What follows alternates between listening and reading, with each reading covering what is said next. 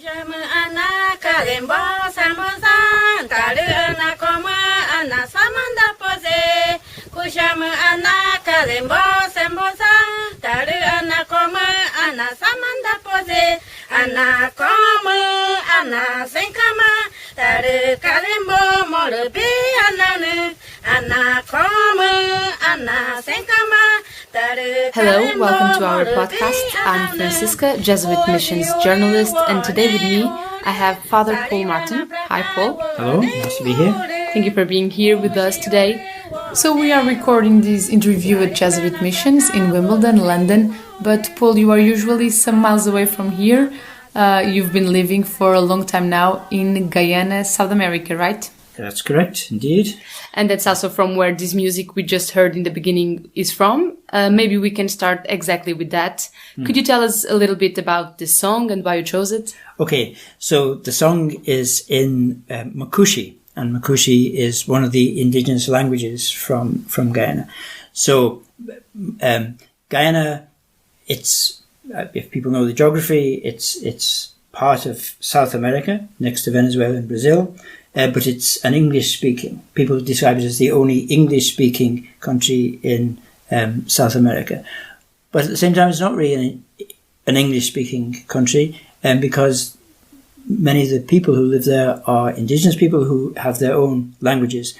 And I worked for many years with indigenous people, with the Patamon, with the Makushi, with the Wapashan. So to be able to take a song sung by indigenous people in their own indigenous language was something that I thought would help to locate something of the diversity and richness of Guyana. So. For how long have you been living and working in Guyana? Well, I went to Guyana first in 1989 as a scholastic, spent 2 years, and then I went to Brazil for my theology and came back in 1995. So since 1995, I've really lived and worked in Guyana full-time. And can you tell us a bit about the work you develop with the indigenous communities? Right. So after my theology, after my ordination, I began to work in the Pacaraima Mountains. And the Pacaraima Mountains, these are a scattered collection of about 19 different indigenous communities. The church, the Jesuits, when they first arrived, established the basic primary education system, and people who had traditionally lived on their farms came together to live around the schools. So communities that were gatherings of family groups were created, and the church very instrumental in the formation of those communities. In the 1970s, the government took over the running of schools, and the church wasn't permitted to have any further involvement with the schools. But by that time, the community identified with the church and wanted their children to continue to receive a religious formation, religious education, and therefore the church then began to form local leadership for the church communities that were able to give these indigenous communities a Catholic identity. By the time I arrived in the 1990s, these communities were well established and the leadership was well formed.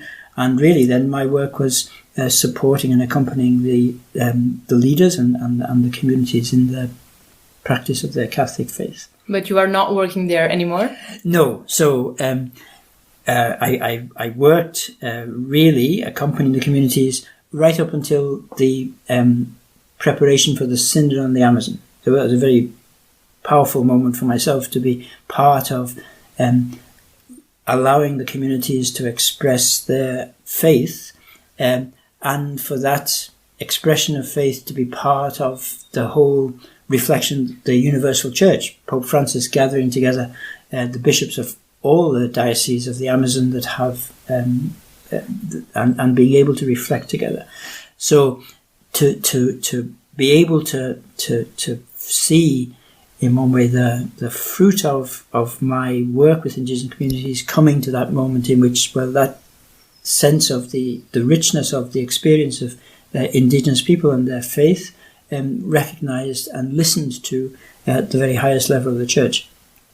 But after the Synod on the Amazon, when I returned to Guyana, I've now taken up work on the coast, and I am part of the parishes on the coast, and they are very different. They are not indigenous people. These are the descendants of the former slaves that were brought to work on the sugar plantations, and then after slavery, the indentured labourers that came to work. So a very different and very diverse group with a very different history and a very different experience. And to be working with those people now, to be saying, so what does the Catholic faith, and what is how is the Catholic faith part of the sense of finding direction among these Caribbean communities? So two very diverse realities for sure, and we will want to know more about both of them, especially the Amazon Synod, as we are on Laudato Si week. But before, Paul, how is it to be a missionary nowadays? Because from what we've just heard and what I know about the job you do in Guyana, it might not be exactly what first pops into people's mind when they hear the word mission. So I think when I joined the Jesuits, I never thought of myself as becoming a missionary. But at the same time, every Jesuit is a missionary. Every Jesuit receives a mission. Every Jesuit has a sense in which the work that they're doing is something that they are sent to do.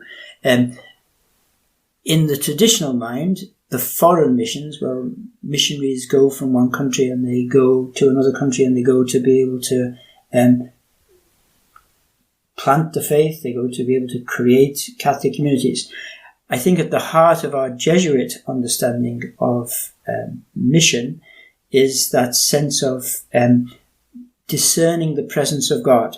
So to know that we don't bring God to the context in which we find ourselves. God is already there and has been there since creation, and the Holy Spirit bringing about life, and how to be able to discern the presence of God in these communities.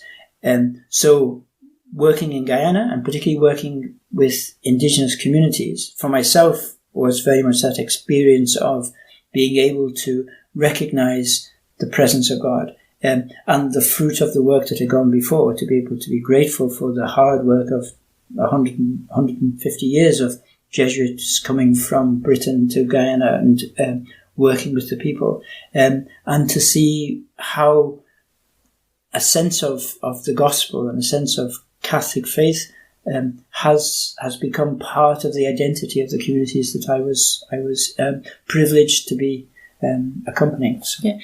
Guyana history is very interesting because the country has suffered some changes in the last decades. Because before becoming independent, Guyana was a British province for several years.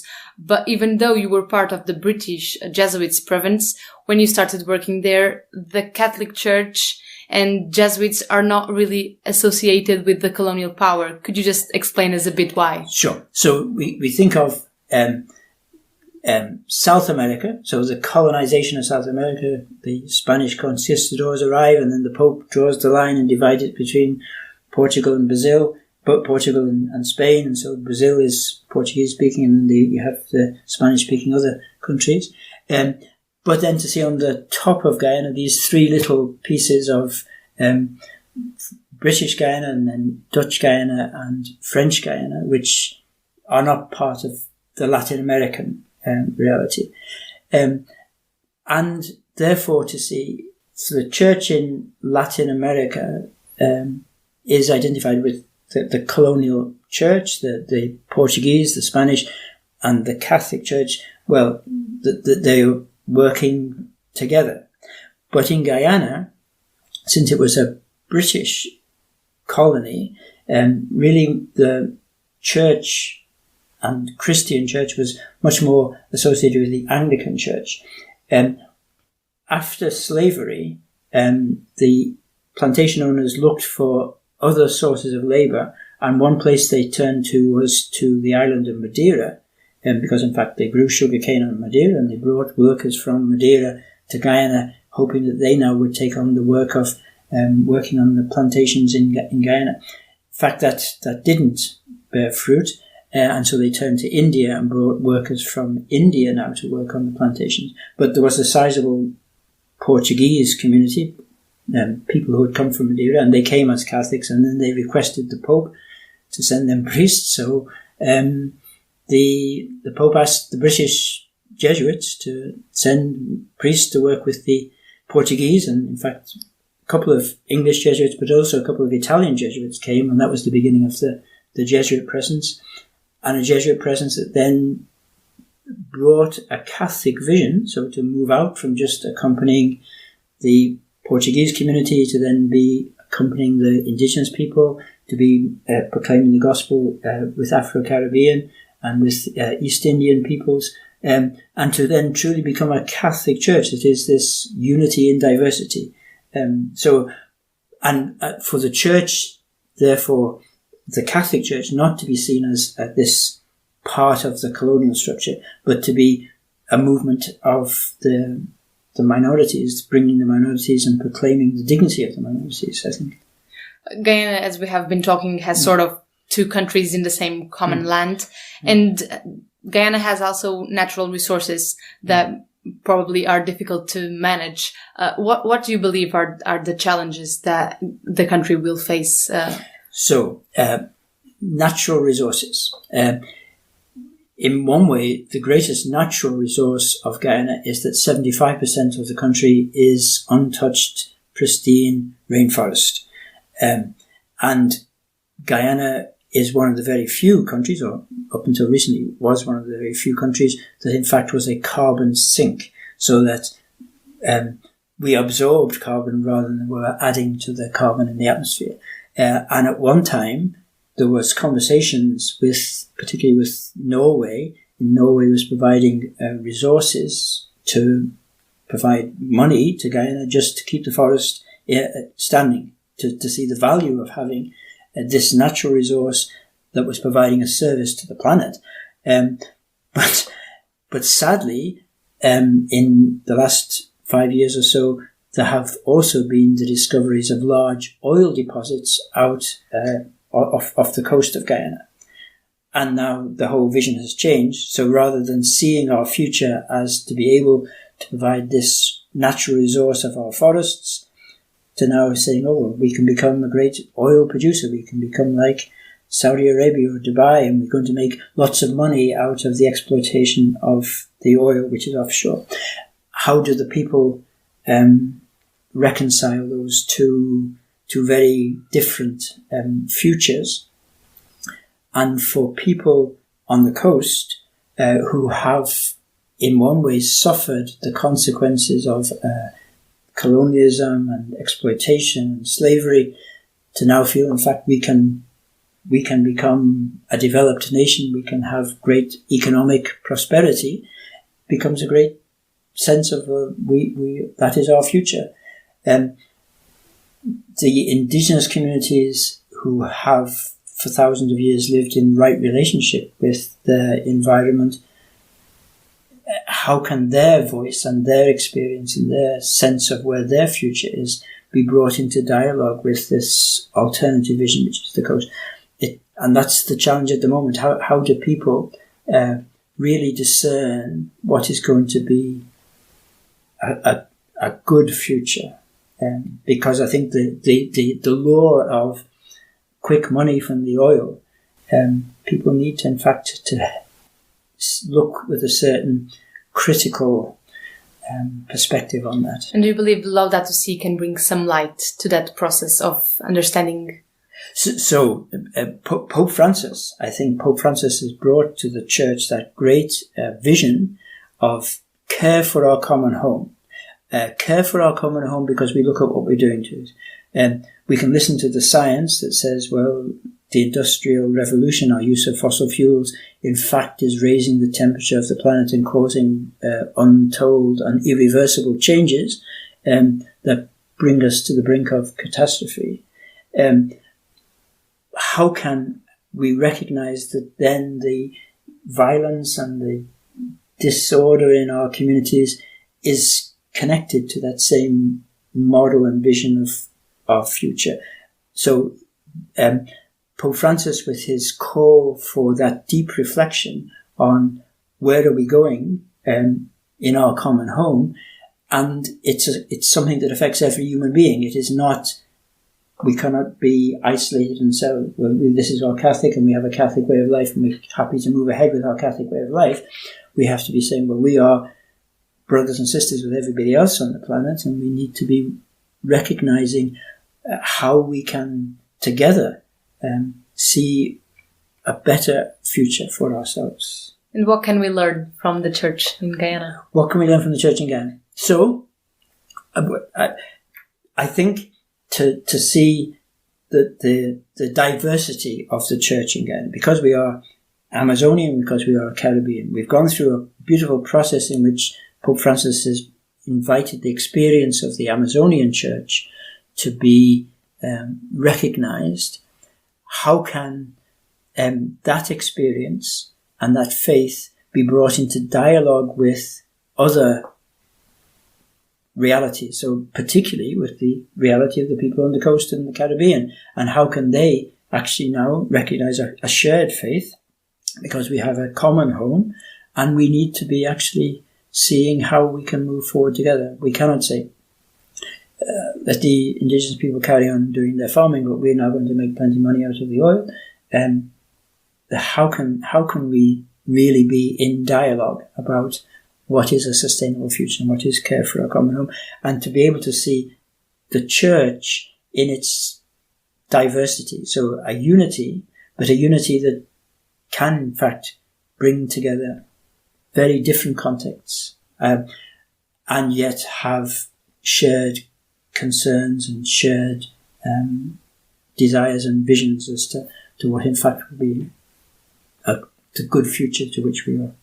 Unfortunately, we are coming to an end, but I would like to ask you if you have any suggestions as what to read or who to listen to for those who are listening now and want to know more about some topics we just touched on. So, the challenge, I think, so Laudato Si, what Pope Francis has written, Laudato Si, Evangelium Gaudium and Fratelli Tutti, these key encyclicals, offering people a sense of hope, a sense of possibility for an alternative way of life. So, what is important is that people reflect on those in their own context. So, how do people in the developed world, how can they reimagine what in fact is a good life, and therefore to be conscious of what an alternative way of life, indigenous people, how do they find fulfillment, and what to read about that? I suppose, well, if you go online, if you Google Guyana, and now you can find lots of tourist videos and lots of things that might inspire. Thank you, Paul. It was great talking to you today. Great to have you here. You are flying back to Guyana soon, so safe flights. Thank you once again. And thanks to you who just listened to our podcast. If you enjoyed, please comment, share, and subscribe to stay up to date.